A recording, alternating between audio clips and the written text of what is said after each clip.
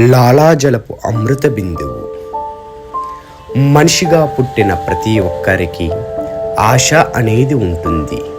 ఆ ఆశ సిరి సంపదలను సంపాదించాలనిపిస్తుంది. మరికొంతమందికి పేరు ప్రఖ్యాతులను సంపాదించాలనిపిస్తుంది.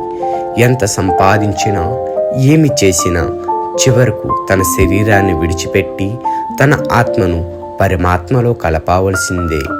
అయితే అందులో కొంతమందికి మాత్రం తన ప్రాణం మీద మక్కువతో తాను చాలా ఎక్కువ కాలం బ్రతకాలన్న ఆశతో అమృతం తాగితే ఎక్కువ కాలం జీవిస్తామన్న ఆ అమృతం కోసం ఎన్నో ప్రయత్నాలు చేశారు. అందులో ఒక ప్రయత్నమే ఈ లాలాజల అమృత బిందువు. ఈ లాలాజలపు అమృత బిందువు సాగర నడుమ కెరటాల అంచున మీనమొకటి అలల మధ్య అల్లాడుచుండే. ఉత్సాహముతో ఉర్రేతలొగుతుండే.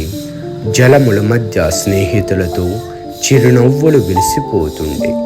సమయమున ఆకాశమున విహరిస్తూ శూన్యములో పక్షి జాతిని ఏలే పక్షిరాజుగా పేరునుంది.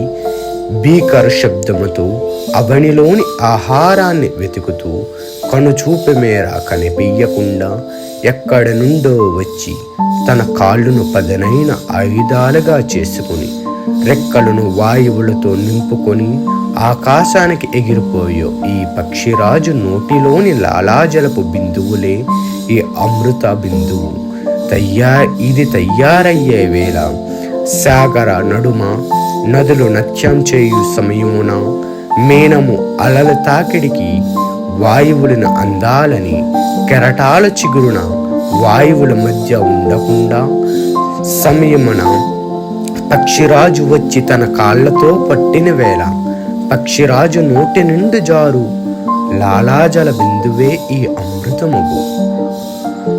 ఈ బిందువు కోసం ఎంతో మంది మహానుభావులు, సిరి సంపద కలిగిన కోటీశ్వరులు మానవ జన్మ ఆయుష్ పెంపు కోసం వేచి చూచి అవనిలోని అలిసిపోయి అవనియందే కలిసిపోయి ఇది వచ్చు వేళ 14,000 సంవత్సరముల 14 మాసముల 14 రోజుల 10 గంటల నిమిషముల 10 గంటలకు 14 నిమిషములకు ఈ పక్షిరాజుకు లాలాజలపు బిందువు అమృతమయమాయే.